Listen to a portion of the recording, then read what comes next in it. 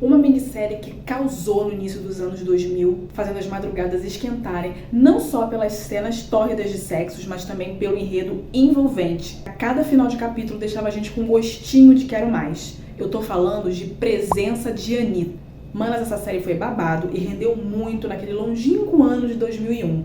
Eu lembro que na época eu tinha 12 anos e eu nem podia assistir essa série, porque de começar e terminar muito tarde era altamente erótica, né? Mas quem foi criança, adolescente nos anos 90 e 2000 sabe que pra nossa geração não existia limite. Bom, se você não assistiu essa série, ou você assistiu e quer relembrar os velhos tempos, vem comigo porque essa é mais uma história tirada do fundo do baú.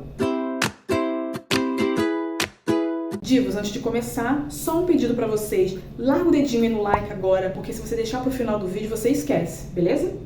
Presença de Anitta estreou em agosto de 2001 e era exibida logo depois do Jornal da Globo, se eu não me engano. Ela foi inspirada numa obra de mesmo nome, de um livro de 1948, do autor Mário Donato, que na época já causou muita polêmica por conta do alto teor erótico da história. Maneco, mais conhecido como Manuel Carlos, manteve exatamente essa mesma linha da trama e meteu o louco e arregaçou nas cenas sexys e ousadas da novela. A história é basicamente aquela da Lolita com cara e corpo de menina que deixa enlouquecido os tiozão velho, enfim, aquela forma que eu acho extremamente cafona, mas que está presente em várias histórias. Bom, o personagem de Zé Maia, Fernando, ele é um escritor que ele tá altamente entediado com a sua vida e não consegue mais ter inspiração para escrever um bom livro.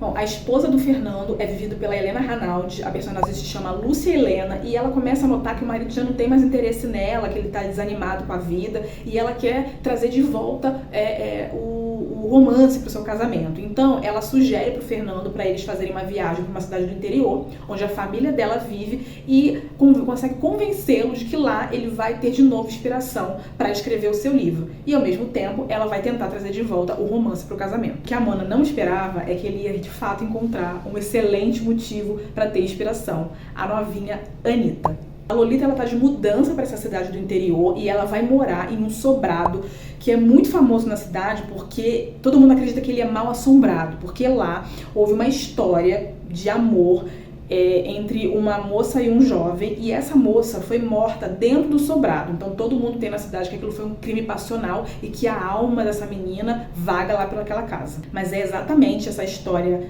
macabra para uns, assustadoras para outras, que atrai a Anitta a viver nessa casa. Bom, a partir daí, várias histórias vão se desenrolando na trama. A Anitta, por exemplo, desperta o primeiro amor no Zeca, que é que trabalha e mora na padaria em que fica de frente pro sobrado. O Zeca é um menino jovem de 18 anos, tímido, com uma carinha cheia de espinha, que fica enlouquecido quando vê aquela figura encantadora da Anitta. Gente, eu lembro de uma cena que o Zeca, ele conseguia ver, porque na mercearia que ele morava, na parte de cima, era um quarto, né, tipo um sobrado, era um quarto onde ele morava lá. E tinha uma janela que ele conseguia ficar vendo assim, só pelo zoinho, assim, vigiando tudo que acontecia no quarto do sobrado na frente. E eu me lembro de uma cena que a Anitta sai do banheiro, que ela tomou banho, tá enrolada na toalha, e aí ela fica dançando, e ela tá pelada, né, e ela percebe, porque ela tem uma sensibilidade, ela é sensitiva, sei lá, ela consegue perceber as coisas. Então ela vê que o Zeca tá espiando ela, e aí na hora que ela faz uma dança, uma pirueta, ela tira a toalha, fica peladona, ele se assusta, cai, desesperado com o que tava vendo, porque ele nunca tinha visto uma mulher nua na vida dele. O personagem, ele era virgem e teve a sua primeira vez com a Anitta. Bom, nesse meio tempo, a Anitta também, numa passagem pela cidade, conhece o Fernando, que é chamado de Nando, que é o personagem do Zé Maia.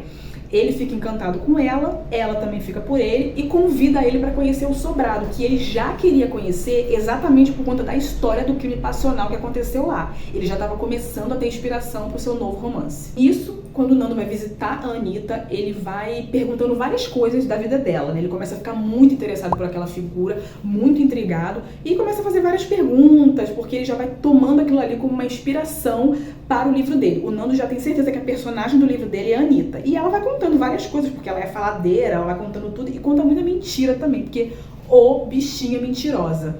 Bom, e uma das histórias que ela conta é a relação dela com Orlando, que é um cara muito mais velho, que ela conheceu na infância e ela tem verdadeira adoração pelo cara. Ela tem ele como se fosse um deus. Ela fala muito desse cara, deixando até o Nando com ciúme até certo ponto.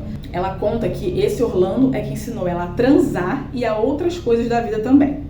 Depois dessa primeira ida ao sobrado, o Nando ele fica extremamente encantado com a Anitta. Ele já tem certeza que ela vai ser a inspiração para o livro dele e ele acaba sempre voltando no sobrado porque ele quer sempre saber mais histórias, mais detalhes, porque ele precisa de elementos para o romance dele. Só que ao mesmo tempo ele começa a se envolver mais do que deveria com a Lolita. Depois de alguns capítulos, enfim, acontece a primeira cena de sexo entre Nando e Anitta. Bom, para os safadinhos que gostam de histórias eróticas, que gostam de boas cenas, eu recomendo que vocês procurem a série, assistam. Eu não sei se tem aqui no YouTube, até onde eu sei, ela ainda não está disponível no Globoplay, mas tem algumas cenas soltas aqui no YouTube que vocês encontram com certeza. E vou dizer pra vocês que o Zé Maia e a Mel Lisboa tiveram uma química muito boa. Então, vale a pena pra quem gosta desse tipo de cena. Pra quem gosta de assistir um 365 Dias, um Sex Life na Netflix, a presença de Anitta não deixa a desejar, não. Uma outra personagem que também garante umas cenas bem quentes de sexo na minissérie é a Marta, personagem vivida pela ótima Vera Holtz. Ela é irmã da Lúcia Helena, esposa do Nando, e ela é assim, uma mulher altamente erótica. Ela gosta muito de sexo e ela tem uma atração por um dos funcionários da casa. E fica ali rolando uma trama de sedução entre eles, até que acontece uma cena bem picante também entre os dois, depois de alguns capítulos. Bom, depois dos capítulos também rola uma única cena de amor entre a Lúcia Helena e o seu marido Nando. Depois dele deixar ela ali, ó, bastante tempo no molho, a bichinha sedenta pela madeirada, e o boy tava bem se espojando com a Anitta, não tava nem aí mais pra mulher. Bom, outra cena também que rola, mais quente, é entre a Anitta e o Zeca, quando ele perde a virgindade com ela pela primeira vez. Vocês estão percebendo a presença de Anitta? Sacou? Bom, uma menção honrosa também aqui que vale a pena é para a boneca Conchita, que é uma escultura de uma bailarina que a Anitta carrega para cima e para baixo com ela. Ela conta, num dado momento da minissérie, a história por trás dessa bailarina. Ela diz que tem uma história sombria ali por trás e que o espírito da Cíntia, que foi a moça que foi assassinada no sobrado, tá dentro da bailarina. Bom, e essa é a parte sobrenatural da minissérie. E pra você que não assistiu ainda e não gosta de spoiler, pula aí uns segundinhos, porque eu vou contar aqui o que acontece no final. Bom, a Anitta, ela morre no final, e quem mata ela é o Nando com uma facada no bucho. Isso depois de uma briga astronômica entre eles, porque ela está loucamente apaixonada e pressiona para que ele case com ela. E ele não pretende terminar com o casamento dele para ficar com ela. E um dia ele vai ao sobrado, depois dessa discussão, ele usa um punhal que tá lá e acaba desferindo esse golpe nela. Antes de morrer, ela chega a dizer que tá grávida dele. Mas, bom, isso a gente não tem como saber, porque a Anitta transava com um monte de gente, inclusive com o próprio Zeca. E também não dava pra saber se ela tava grávida de verdade, porque ela contava muita mentira. Zeca, aliás, ele vê toda a cena da discussão entre a Anitta e o Nando da janela do sobrado onde ele vivia. Ele fica desesperado quando vê que ele apunhalou ela e ele sai correndo de lá da mercearia e vai pro sobrado para tentar ajudar a Anitta. Ele chega a discutir com o Nando, que empurra ele e mete o pé de lá para não sobrar para ele, né? Depois de um tempo, eu não sei, gente, é uma coisa muito louca porque não faz muito sentido, mas de repente, do nada, um monte de gente já chega no sobrado, como se já soubesse que tinha acontecido um crime ali, e aí o pessoal começa a bater no Zeca, porque eles acreditam que o Zeca foi quem matou a Anitta. Bom, e aqui tem uma parte que é a parte meio macabra, assim, também da história, que envolve a Conchita e a Anitta. Depois que esse bafafá todo acontece, a polícia já tá lá fazendo uma perícia no local, o corpo da Anitta tá deitado na cama, ela tá morta, com os olhos abertos. E a Conchita, ela tá numa mesinha, a mesinha de cabeceira do lado da cama da Anitta, a Conchita tá lá. E a Anitta, ela tá olhando com os olhos abertos, assim, com o olho parado pra bailarina. Nisso, o policial vem, assim, pega a bailarina, começa a olhar, tal, e leva para um outro lado, ele leva para frente do quarto, ele vai na janela, olha o pessoal lá fora, o burburinho, e aí ele coloca a Conchita em cima de um móvel que está na frente da cama. Quando ele olha em direção à cama, a Anitta, que veja bem, já estava morta, virou o rosto e estava olhando na direção da Conchita. Tipo assim, aonde a Conchita ia, ela acompanhava. Ele toma um susto quando vê que ela estava numa posição diferente do que ela estava antes. E aí ele pega a boneca e leva de novo para do lado da cama.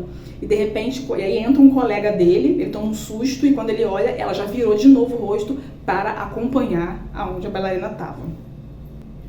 Bom, e vocês sabem que na época eu não captei muito bem a moral da história, mas um tempo depois, quando eu revi, porque a Globo retransmitiu a presença de Anitta muito tempo depois, eu percebi que, na verdade, a intenção da Anitta era viver a história da tal da Cíntia, que foi assassinada no sobrado. Tipo, ela ficou vidrada na história. A Anitta, ela era uma pessoa que tinha uma história de vida muito louca, assim, muito diferente da maioria das meninas. Ela meio que se criou sozinha e se envolveu com pessoas mais velhas desde muito cedo.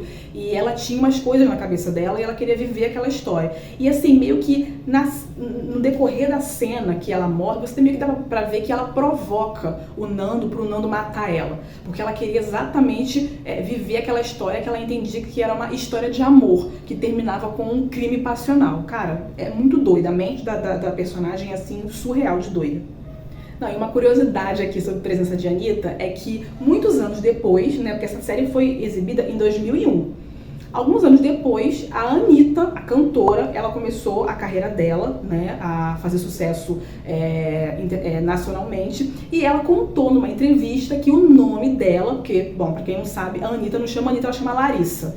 Anitta é o apelido dela, é o alter ego que ela criou. E ela disse que ela escolheu esse nome por conta dessa minissérie. Ela disse que o irmão dela, o Renan, assistia a minissérie e ela era mais nova que o Renan e assistia escondida ali, via escondida porque ela não podia, né, assistir porque a série era muito tarde, era muito pesada, e ela ficava ali escondida assistindo e ela ficou encantada com a personagem e resolveu escolher esse nome para ser o alter ego dela como artista. Ela pegou alguns elementos da própria Anitta da história mesmo, que era muito sexy, que era muito dona de si, que falava mesmo, era meio petulante e tal, e ia atrás do que ela queria. Acho que é muito parecido com a história da Anitta cantora. Divos, por hoje é isso. Eu espero que vocês tenham gostado de relembrar a história de presença de Anitta. Eu tenho que dizer pra vocês que eu amo essa série. Tem muita gente que não gosta, mas eu achei fantástica. Realmente ela foi, assim, um marco na TV Globo, na época que foi lançada. A Mel Lisboa foi alçada a estrela da emissora e eu acho maravilhosa. Então me conta aqui nos comentários se você lembrava, se você conhecia alguma dessas tramas, qual é a sua opinião sobre a presença de Anitta, e me conta aqui também se você quiser ver outros conteúdos parecidos com esse, porque eu vou ter o maior prazer em tirar do fundo do baú outras histórias pra vocês, porque recordar é viver. Beijinhos!